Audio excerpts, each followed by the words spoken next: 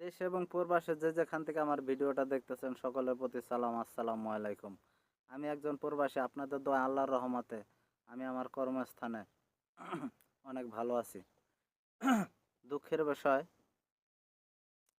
বাংলাদেশে দুইজন মোনাফেক, যাদের আপনারা সবাই চিনেন, তাদের কথায়, তাদের ভাষায়, তাদের ব্যবহারে শতভাগ নিশ্চিত যে এরা মোনাফেক। কারণ তারা পীরমুরিদিও করে।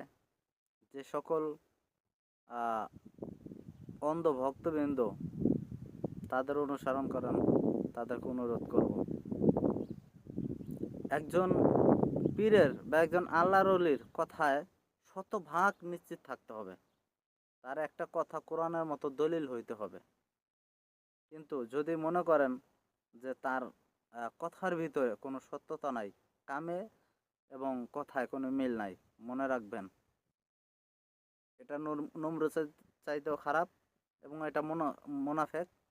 এতে কোনো সন্দেহের কোনো কারণ নাই। এক মায়ের গর্ভে দুইজন মোনাফেক।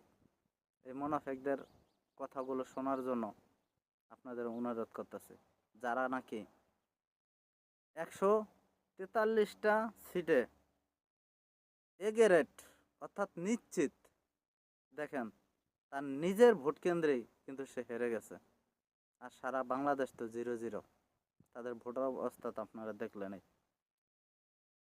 তার মুরিদরাই তার উপরে ভরসা রাখতে পারে নাই।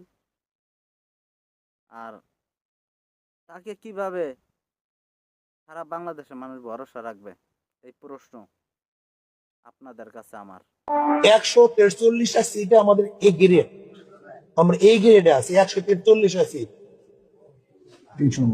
30-এর মধ্যে। এরপর বি